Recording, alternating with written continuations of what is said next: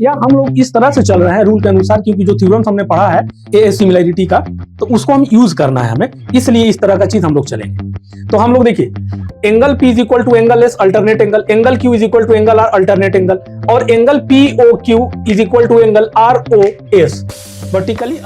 तो आप कह रहे हो कि सर एक अरेंज वे में मिल रहा है कुछ, यानी कि अगर मैं, आप कहोगे कि सर अगर मैं कर दूं AB upon RQ is equal to AC upon PR is equal to BC upon PQ, तो कुछ मिलेगा। तो काट के देखोगे तो 1/2, यानी कि तीनों का वैल्यू 1/2 मिला, यानी कि। हेलो स्टूडेंट्स, कैसे हैं आप लोग? उम्मीद करता हूं कि आप लोग बहुत अच्छे से होंगे और आपकी पढ़ाई बहुत अच्छे से चल रही होगी। मैं आपका teacher Ritu Rai Ranjan, guide and motivational speaker at the platform of in the study circle. Students, जैसे कि आपको पता है कि पिछले लेक्चर्स में हमने क्राइटेरिया देखा था सिमिलैरिटीज के लिए, तो उसमें से जितना इंपॉर्टेंट था उसको मैंने आपको बता दिया था, समझा दिया था, प्रूफ कर दिया था, और बाकी एक दो हैं, जैसे जैसे numericals we will going to solve, तो उस तरह से हम लोग उसको देखेंगे। तो स्टूडेंट्स, मैं आज का इस सेशन में बहुत इंपॉर्टेंट चीज हम लोग सीखने वाले हैं, क्योंकि इलस्ट्रेटिव जो एग्जांपल्स है ना, उसके एक दो इलस्ट्रेटिव एग्जांपल्स हैं, उसको हम लोग सॉल्व करेंगे आज के इस सेशन में, क्योंकि वो बहुत ही जरूरी है इलस्ट्रेटिव एग्जांपल्स को सॉल्व करना। उससे आपको एक आइडिया लगेगा कि कैसे हम लोग क्वेश्चंस को प्रोसीड करते हैं, माइंड मैप कैसे क्रिएट करते हैं, है ना। उसके बाद ये चीज आसान हो जाएगा आपके लिए आगे के न्यूमेरिकल्स को समझना और करना। ठीक है स्टूडेंट्स, तो चलिए बिना देर के हुए इस नए सेशन को अपने स्टार्ट करते हैं। देखिए क्वेश्चन क्या आपके पास, if PQ parallel RS prove that triangle POQ similar to triangle SOR, है ना, ये है आपके पास। तो स्टूडेंट, डायग्राम भी दिख रहा होगा आपको। तो ये जो डायग्राम दिया हुआ है, एक चीज समझाइएगा, हमें क्या प्रूफ करने बोल रहा है? POQ, समझिएगा यहां क्या प्रूफ करना है हमें। POQ सिमिलर होना चाहिए SOR।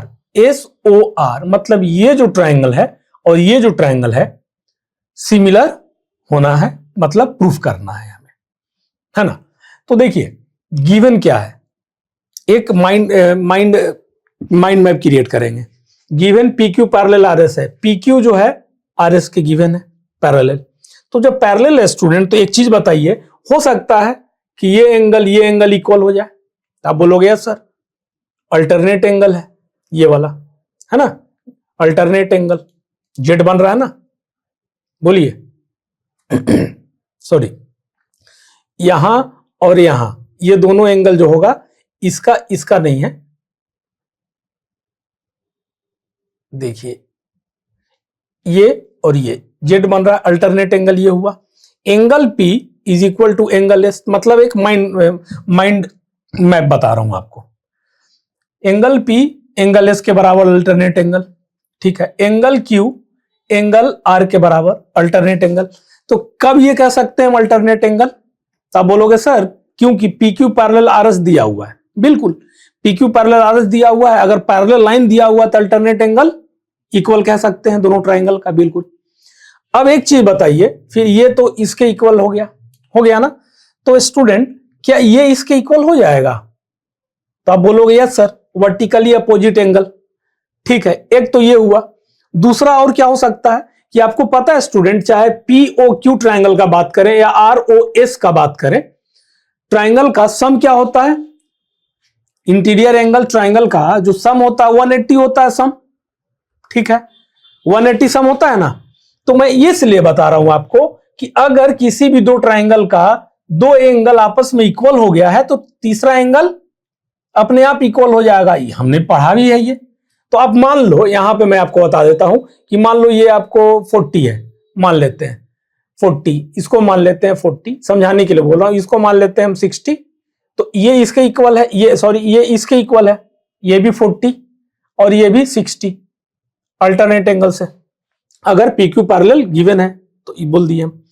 तो देखिए सम एडिशन क्या होना चाहिए, ये 60 है और ये 60 है, ये 40 है, ये 40 है, तो तीसरा अपने आप होगा। तो आप बोलोगे यार सर कह सकते हैं, क्यों? 180 माइनस 100 तो कितना आ जाएगा? 180 में से ये दोनों को आप जोड़ो तो कितना हो जाएगा? 180 में 100 गया, 80 बचा तो 80 हो गया, ये भी 80 हो गया, है ना? 180 प्लस 60 प्लस 40 होगा, तो तीसरा एंगल 80 80 आ गया ना। तो कहने का मतलब ये, या हम लोग इस तरह से चल रहे हैं रूल के अनुसार, क्योंकि जो थ्योरम्स हमने पढ़ा है ए सिमिलैरिटी का, तो उसको हम यूज करना है हमें, इसलिए इस तरह का चीज हम लोग चलेंगे। तो हम लोग देखिए, angle P is equal to angle S alternate angle, angle Q is equal to angle R alternate angle, और angle POQ is equal to angle ROS vertically opposite angle. इससे हमने कह दिया कि triangle POQ is similar to triangle ROS। ठीक है, तो कौन सा सिमिलैरिटी आप बोलोगे? तो या तो डबल ए सिमिलैरिटी कह दो स्टूडेंट, या ट्रिपल ए।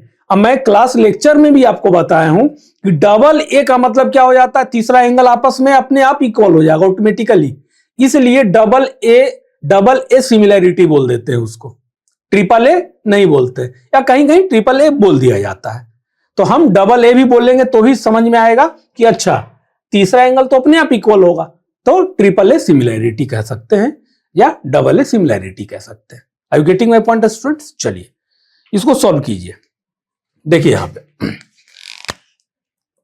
ये जो है PQ पैरेलल गिवन है ना, ये तो गिवन है यही, और angle P is equal to angle S, angle Q is equal to angle R। तो इसमें अल्टरनेट एंगल्स ये कर दोगे आप, तो अब क्या हो गया? ये दोनों अल्टरनेट एंगल हो गया ना, तो POQ SOR, POQ SOR कौन सा एंगल? तो vertically opposite angle, vertically opposite angle होगा। तो हम कह सकते हैं कि जब ये भी एंगल, ये भी एंगल, ये भी एंगल, तो POQ ये जो है ट्रायंगल, ये सिमिलर होगा ROS या SOR के। तो कौन सा प्रॉपर्टी से? तो AA similarity, AA similarity proved, है ना? आसान था। इलस्ट्रेटिव एग्जांपल्स है, ये थोड़ा देखना था। चलिए अब नेक्स्ट देखते हैं इसके। चलिए स्टूडेंट्स क्वेश्चन नंबर नेक्स्ट देखते हैं। देखिए ये हमारे पास कौन सा है? Observe the figure then find the value of P, यानी एंगल P फाइंड आउट करना है आपको। ठीक, तो इसमें एक चीज देखिएगा, डायग्राम आपको दिख रहा होगा। तो डायग्राम में स्टूडेंट एक चीज आपको समझ में, एंगल P फाइंड आउट करना है। क्या फाइंड आउट करना है? एंगल P मींस ये क्या होगा? तो इसको पता करने के लिए आप कहोगे कि सर एंगल सम का प्रॉपर्टी 180 होता है, तो हमको ये भी पता होना चाहिए इसका एंगल R, एंड आप बोलोगे कि सर एंगल Q भी पता होना चाहिए, तभी तो angle P plus angle Q plus angle R is equal to angle sum property से 180 के बराबर होगा, है ना? बट आपको तो ये पता नहीं है। बट सिमिलर फिगर में आपको दिख रहा है कि 60 80 दिया है, 3.8 3√3 6 कुछ दिया है। तो स्टूडेंट आप कहोगे कि सर एक काम कर सकते हैं कि जो गिवन है ना, एक माइंड मैप स्टार्ट करो, आप सोचना कि जो सर गिवन है ना उसी से हम कुछ करेंगे कि अगर सिमिलर ट्रायंगल हम लगा दें कि अच्छा ये दोनों सिमिलर ट्रायंगल है, तो सिमिलर ट्रायंगल के प्रॉपर्टी से हम कुछ फाइंड आउट कर सकते हैं। बिल्कुल, तो आपने क्या किया कि शुरू किया सोचना, तो आप देखें कि जो AB है सर ये 3.8 है, इसका दुगना है 7.6, है ना? 8 दूनी के 16 3 6 7, तो 7.6 दुगना है ना 3.8 का। अब कहो आप कि सर ये तो समझ में आया कि ये जो है ना ये दुगना है इसके, ठीक है। फिर आप कहोगे सर इसका भी दुगना है, हमको कुछ मिल रहा है, देखिए 2 से गुना करो, 3 दूनी के 6 6√3। अब आप कहोगे सर ये इसका भी दुगना है, ये 12, है ना? तो आप कह रहे हो कि सर एक अरेंज वे में मिल रहा है कुछ, यानी कि अगर मैं, आप कहोगे कि सर अगर मैं कर दूं AB upon RQ is equal to AC upon PR is equal to BC upon PQ, तो कुछ मिलेगा, तो काट के देखोगे तो 1/2, यानी कि तीनों का वैल्यू 1/2 मिला, यानी कि तीनों आपस में क्या है, इक्वल है। तो इक्वल है तीनों का एंगल सॉरी, तीनों का साइड से हम बताएं, ये 3√3 क्या है, साइड का है माप, 6 क्या है, साइड का है, 3.8।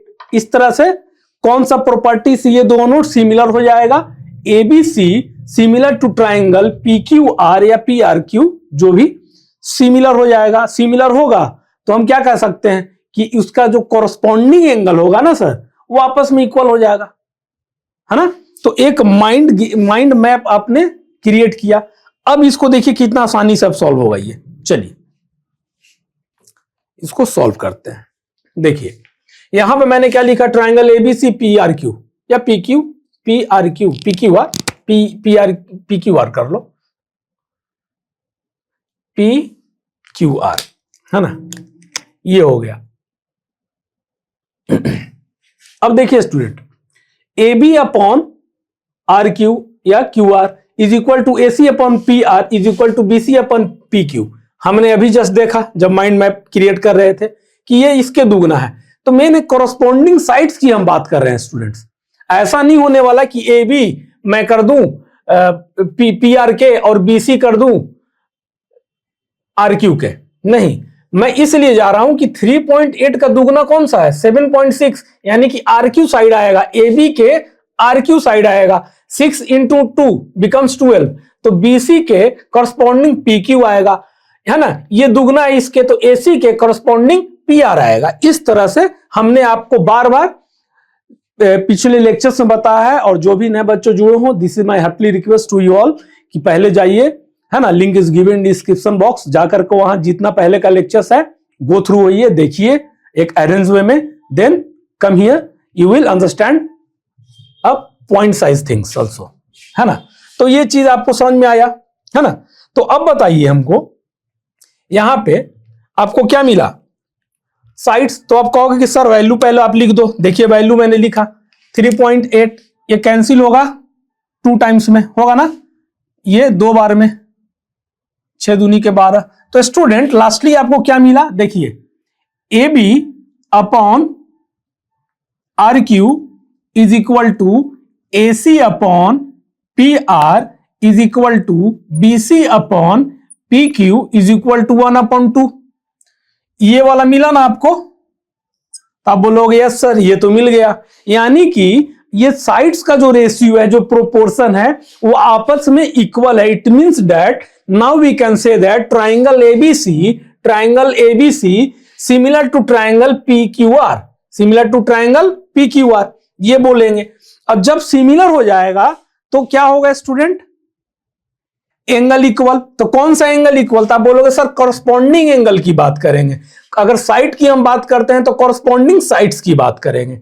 तो यहां पे देखिए angle A is equal to angle R, angle A is equal to angle R, angle B is equal to angle Q, angle B is equal to angle Q and angle C is equal to angle P होगा। क्या मैं अपने मन से कह दे रहा हूं? कोई बच्चा बोले कि sir angle B is equal to angle P होना चाहिए, नहीं होगा। कॉरस्पॉन्डिंग साइड्स के अकॉर्डिंगली हमें देखना है, कॉरस्पॉन्डिंग एंगल्स के अकॉर्डिंगली देखना है ना स्टूडेंट। जैसे ये देखो AB और BC के बीच में एंगल है, याद रखिएगा, AB और BC, यानी कि 3.8 और 6 का दुगुना में, 3.8 का ये हो गया, 6 का ये हो गया। तो अब कहोगे कि अच्छा सर अब समझ में आया, angle B is equal to angle Q, angle B is equal to angle Q, corresponding angles की हम बात करेंगे। ऐसा नहीं कि एंगल्स इक्वल करेंगे, एंगल्स जरूर इक्वल है, लेकिन कॉरस्पॉन्डिंग एंगल्स की बात करेंगे। तो यहां पे हम क्या लिख सकते हैं, angle A is equal to angle R, है ना, कितना हो जाएगा, तो एंगल A देखिए कितना है, एंगल R के बराबर 80, है ना। कॉरस्पॉन्डिंग एंगल्स क्या होगा, इक्वल होगा। क्यों? क्योंकि सिमिलर ट्रायंगल है। हमने यही तो प्रूफ किया ना स्टूडेंट अभी, तभी तो कह पा रहा हूं। अगर सिमिलर में प्रूफ नहीं करता तो क्या कह पाता कॉरस्पॉन्डिंग एंगल है, नहीं कह पाता। ठीक, कॉरस्पॉन्डिंग एंगल्स, है ना। इसमें कितना होगा, angle B is equal to angle Q 60, angle 60, reason same corresponding. अच्छा हाँ, ये एक चीज, ये जो एबीसी सिमिलर है PQ या PRQ के, तो स्टूडेंट किस प्रॉपर्टी से हो गया? तो आप देखिए साइड्स का रेशियो जो है ना, साइड्स का रेशियो या प्रोपोर्शन जो है सेम है ना? ठीक, तो जब सेम है यानी कि ट्रिपल एस प्रॉपर्टी से, इसमें आप क्या लिखोगे? यहां तो थोड़ा छूट गया था, आप यहां लिख देता हूं मैं इसको, है ना? यहां पे लिख लो ट्राइंगल ABC, है ना, similar to triangle PQR by S similarity, triple S, है ना, सिमिलैरिटी ट्रिपल एस, साइड क्यों? क्योंकि उसका रेशियो या प्रोपोर्शन आपस में इक्वल है, इज इक्वल टू 1/2 के, तभी हो पाया ये। तो ये आप लिख लोगे इस प्रॉपर्टी से, और ये कॉरस्पॉन्डिंग एंगल्स इक्वल, यहां समझ में आया? Angle C is equal to angle P, हमें फाइंड आउट क्या करना है बाबू? Angle P। तो अब देखिए, अब लिखिए यहां पे इन ट्राइंगल PQR, तो angle P plus angle R plus angle Q is equal to 180 होता है ना? Angle sum property.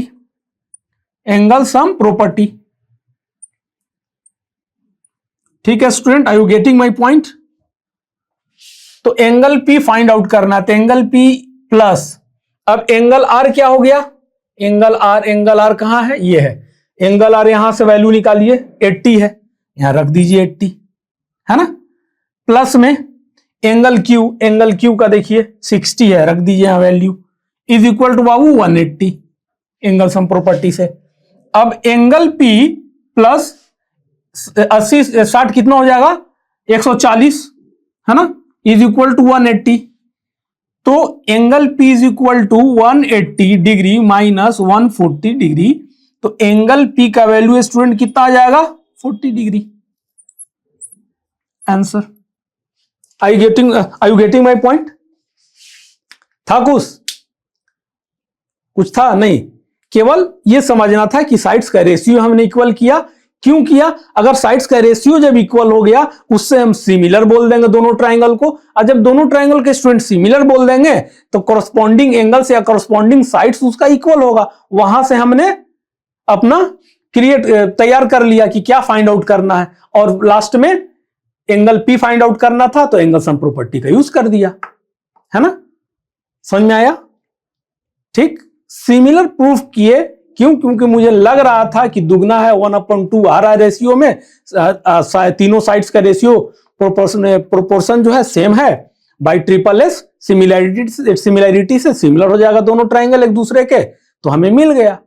जहां सिमिलर हुआ कि हम उसका कॉरस्पॉन्डिंग एंगल्स इक्वल कह देंगे, फिर लास्ट में एंगल सम प्रॉपर्टी लगा दिया, angle P plus angle R plus angle Q is equal to 180, then we will find out the value of angle P, है ना? तो स्टूडेंट्स समझ में आया?